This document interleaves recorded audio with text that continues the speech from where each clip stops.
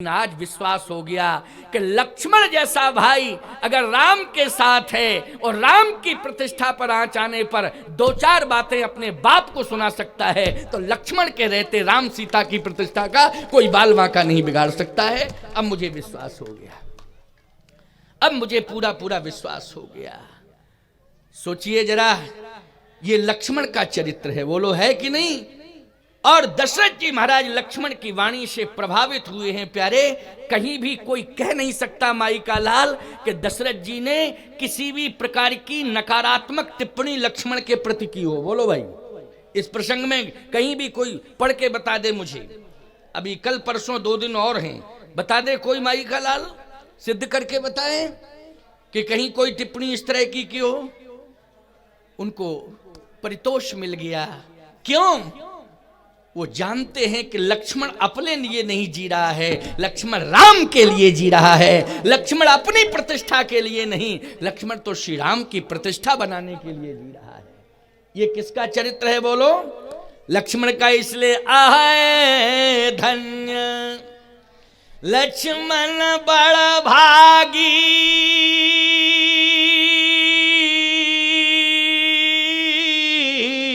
और राम पदार बिंद अनुरागी। जीवन लाभ लखन भल पावा, सब तज राम चरण मन लावा। सब तज राम चरण मन लावा। तो किसी ने कहा हंसते हंसते प्राण क्यों नहीं छोड़े? दशरथ जी ने रोते रोते क्यों छोड़े प्राण? क्योंकि मृत्यु के समय गीधराज जटायु ने हंसते हंसते मुख मुस्काए कही तै, राम कहा तन राखो ताता, मुख मुस्काए कही तै बाता।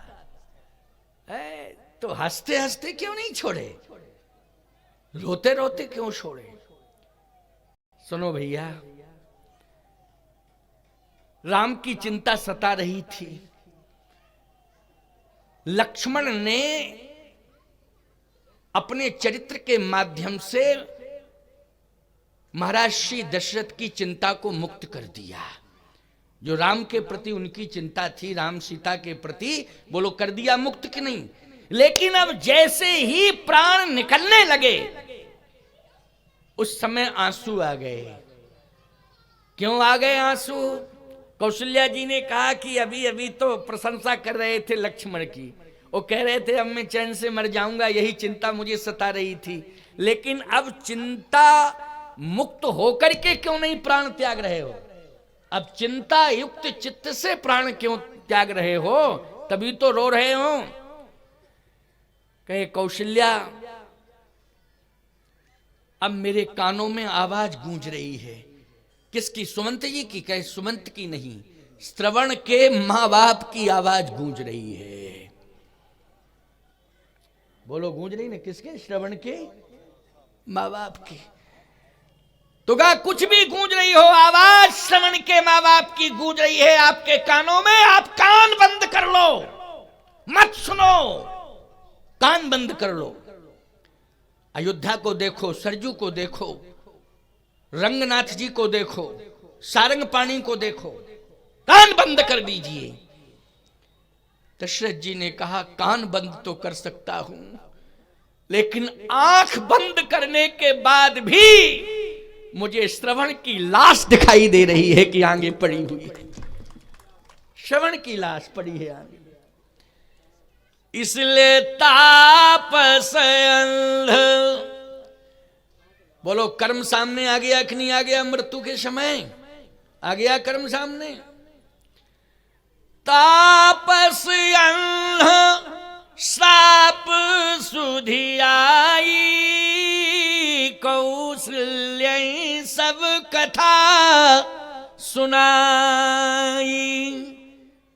बस श्रवण कुमार की कथा, कौशल्य सब कथा सुनाई। पूरी कथा सुना दी कौशल्या जी को। एक बात आपको और बता रहे हैं, जरा ध्यान से सुन लो। जब कोई व्यक्ति रोता है और रोते रोते प्राण त्यागता है, उस समय बोलता है रोते रोते, तो वो कथा होती है कि व्यथा होती है, ये बताओ। और सुन लो मेरी बात को, जब व्यक्ति रोते रोते अपने पापों की बात करता है मृत्यु के समय, अपने अपराध की, अपराध ही तो है किसी को मार डालना है, क्या है बोलो भैया, अपराध। जब मृत्यु के समय रोते रोते अपने अपराध की चर्चा वो करे किसी से, तो वो कथा है कि व्यथा है? वो तो व्यथा है, कथा काहे को है, व्यथा है। लेकिन इस चौपाई में गोस्वामी जी कह रहे हैं, तापस अंध श्राप सुधि आई, कौशल्य ही सब कथा सुनाई। लिखना चाहिए था कौशल्य ही सब व्यथा सुनाई, सब व्यथा सुनाई, लेकिन कथा। अच्छा एक बात बताओ, वो कथा है तो ये बांदा में क्या हो रही है, कथा हो रही है कि व्यथा? भाई इसको कथा कहते हैं, क्यों जो चल रही है ये कथा ही चल रही है कि नहीं? ये जो प्रवाह है, जो धारा बह रही है, वो कथा की धारा ही तो बह रही है, इसको कथा ही कह रहे हैं। परंतु वो व्यथा, लेकिन गोस्वामी कह रहे कथा। अच्छा एक बात बताओ, तुम तो बांदा जिला के हो, तुलसीदास जी भांग भी खाते थे क्या? बहुत से महात्मा हैं, हाँ भांग खाते हैं साहब, बहुत से महात्मा खाते हैं, हाँ। तुलसीदास जी महाराज तो ऐसे संत थे, ऐसे संत थे, अद्भुत संत थे कि वो भगवान के प्रसाद के अलावा कुछ खाते ही नहीं थे। वो तो भगवान का प्रसाद पाते थे, जो भोग लगता था बस उसी को पा लेते थे, और इसके अलावा वो कुछ नहीं। सरयू जल पीते थे, गंगा जल पीते थे, मंदाकिनी जी का जल पीते थे, और जो प्रभु का प्रसाद आ जाता था उसको पाते थे, इसके अलावा कुछ नहीं। काशी में रहते थे, जबकि काशी का असली प्रसाद शंकर जी का है, क्या है? अच्छा, बूढ़े हलवाई के लड्डू।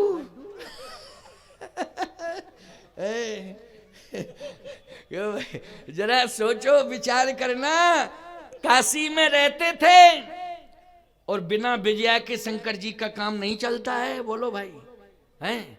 लेकिन फिर भी वहां गंगा जल पीते थे और भगवान का जो भोग लग जाता था बस उसको ग्रहण करते थे।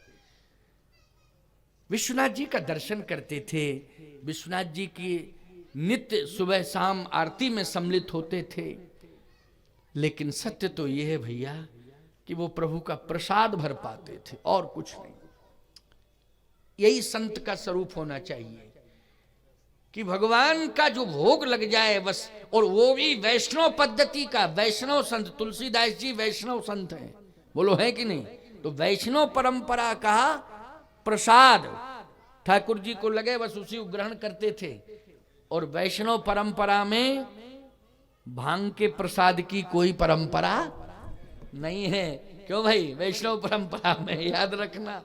हाँ, यद्यपि भगवान शिव जैसा कोई वैष्णव नहीं है, तो आप कहोगे महाराज फिर वो भांग फिर उनके ऊपर चढ़ती थी, वो पीते नहीं थे।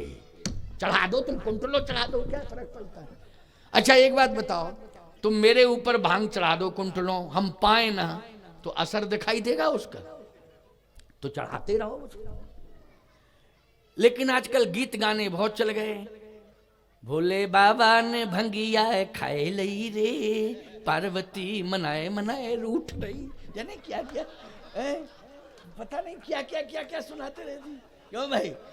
भोले, ये मनमुखीपन से लोग जाने क्या क्या नहीं बनाते रहते हैं, और कहते हैं ये गांजा ये भोले बाबा की बूटी है, ये भांग बूटी है।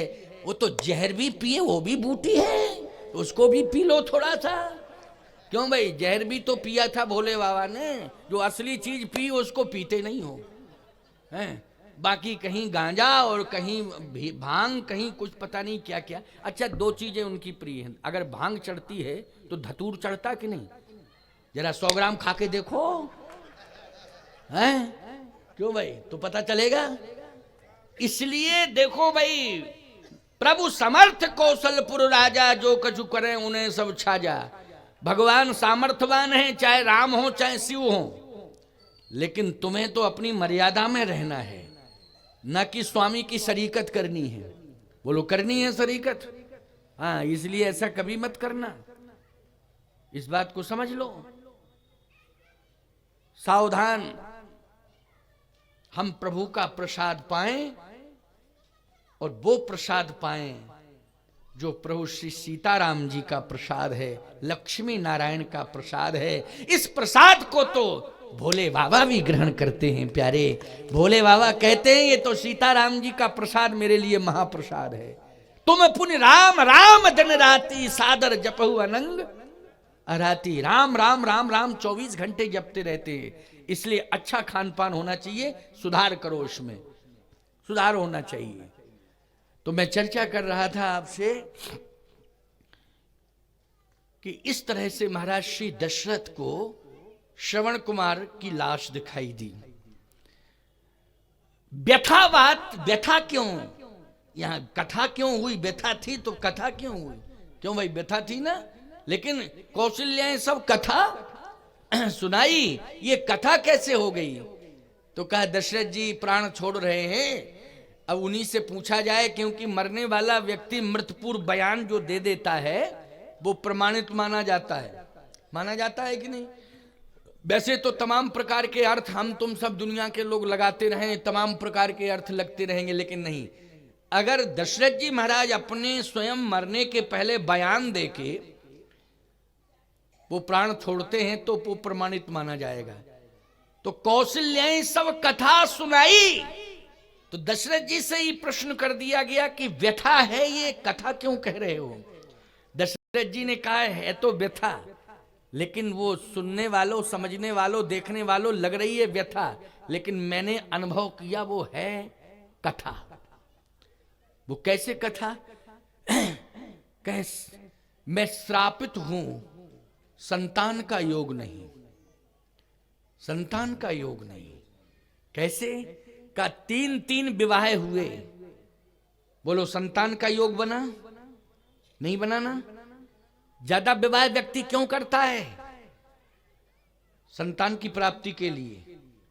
दशरथ जी महाराज ने 3 विवाह किए, कौशल्या, कैकेयी और सुमित्रा। ये 3 विवाह हुए, लेकिन तीनों महारानियों के 60,000 साल के हो गए, तब तक संतान नहीं हुई। तब एक बार भूपत मन माही भई गलानी मोरे सुत नहीं, तब गए 60,000 साल की उम्र पर रोते हुए गए गुरु जी के यहाँ। और 60,000 बहुत होते हैं? क्यों होते नहीं है 60,000 साल? तुम्हारे 60 ही साल बहुत होते हैं? 60 साल के हो जाओगे तो ईमानदारी से बताओ, संतान मांगोगे कि भगवान को? बोलो, भगवान को मांगोगे कि नहीं? भाई बुढ़ापा आ गया, 60 साल के हो गए तो भगवान को मांगो, भगवान मिले, भगवान मिले। अच्छा, हमारे पास आओगे, बूढ़े हो, गर्दन हिल रही, कहे महाराज आशीर्वाद दो, तो हम कहें क्या है, एक लड़का हो जाए। अरे राम राम राम राम, संतान मांगने आए हो? पागल हो क्या? इस उम्र पर भगवान को मांगो।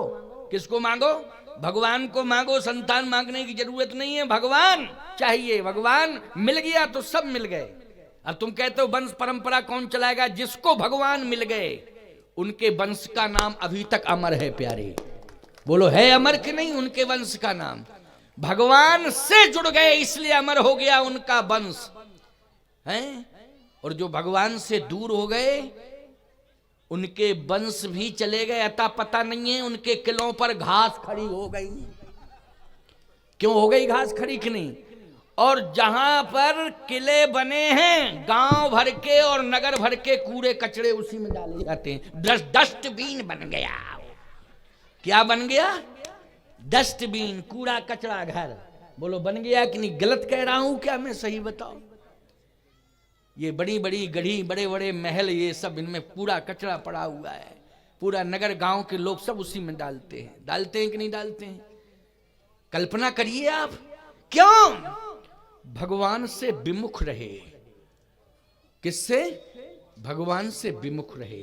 बस बात यही। अपने प्रभाव के लिए जीते रहे, यश आराम के लिए जीते रहे। बोलो जीते रहे कि नहीं? यहां तक कि उन्होंने आस्था पर विचार नहीं किया है प्यारे, कि हमारी इस उम्र में आस्था किसके प्रति होनी चाहिए। अवस्था पाने के बाद भी वो आस्था पर विचार नहीं कर पाए, केवल अपने यश आराम की तलाश में रहे, यश आराम को ही देखते रहे। अंत में स्वयं मर गए, उनका खानदान उजड़ गया, वंशनाश हो गया, और उनके बड़े बड़े किले आज कूड़ा कचरा घर में परिवर्तित हो गए। इसलिए मैं कहता हूं कि भगवान से जुड़ जाओ तो सब कुछ मिल जाएगा। भगवान से जुड़िए। तो मैं चाहता यही हूं कि आज हम सब थोड़ी सी शिक्षा ले लें। दशरथ जी महाराज कहते क्या हैं कि 60,000 साल में संतान का योग नहीं रहता है, लेकिन 60,000 साल में गुरुजी की वाणी तो सत्य हुई है। लेकिन आज मुझे याद आ रहा है कि श्रवण कुमार के जिस दिन राम का जन्म हुआ था, उस दिन मुझे श्रवण कुमार के माँ बाप का श्राप वरदान के रूप में दिखाई दिया और सुनाई दिया कि जाओ दशरथ, पुत्र के वियोग में तुम प्राण त्यागोगे। तो उसी दिन श्राप वरदान बन गया था कि मुझे पुत्र भी होगा, निश्चित रूप से पुत्र होगा। बोलो भाई।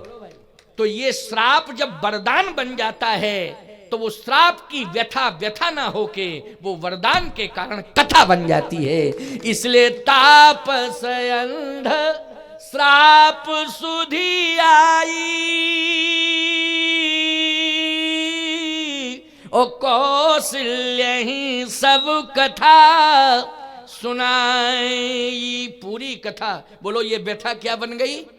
कथा बन गई। इसलिए कौशल्य ही सब कथा सुनाई। राम राम कही राम कही, राम राम कही राम, तन पर हर रघुवर विरहे, राव गयु सुरधाम। 6 बार राम राम राम राम राम राम कह के महाराज श्री दशरथ चले गए। दुनिया वालों को लगा कि भगवान के वियोग में गए, भगवान के विरह में गए। महाराज श्री दशरथ की मृत्यु तो कर्मों के अनुसार हुई है। बोलो कर्मानुसार हुई है कि नहीं हुई है? कर्मानुसार हुई है महाराज श्री दशरथ की मृत्यु। लेकिन प्यारे महाराज श्री दशरथ हृदय से लक्ष्मण को आशीर्वाद दे करके गए। समझ गए हो? हृदय से किसे आशीर्वाद देके गए? लक्ष्मण को हृदय से आशीर्वाद देके गए। लक्ष्मण, अब मुझे विश्वास हो गया। तो भरत जी महाराज भी इस बात को दोहरा रहे हैं।